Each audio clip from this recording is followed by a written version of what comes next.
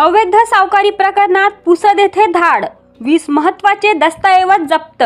अवैध सावकारी व्यवहारांवर अंकुश ठेवण्यासाठी सहकार विभागाने पुसद तालुक्यात मोठी कारवाई करत नंदपूर मोहा येथील एका प्रकरणात धाड टाकून 20 महत्त्वाचे दस्तऐवज जप्त केले आहेत।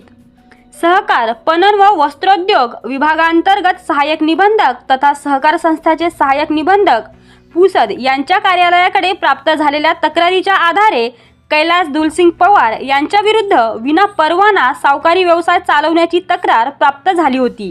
तक्रारीची दखल घेत 22 जून रोजी अधिकाऱ्यांच्या पथकाने छापा टाकला।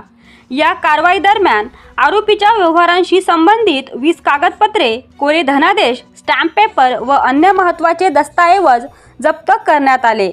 सहकार विभागाच्या माहितीनुसार जप्त करण्यात आलेल्या कागदपत्रांची छाननी करून महाराष्ट्र सावकारी नियमन अधिनियमातील तरतुदीनुसार पुढील कायदेशीर कारवाई प्रस्तावित करण्यात येणार असल्याचे केशव मस्के, सावकारांचे सहाय्यक निबंधक तथा सहाय्यक निबंधक सहकारी संस्था पुसद यांनी सांगितले।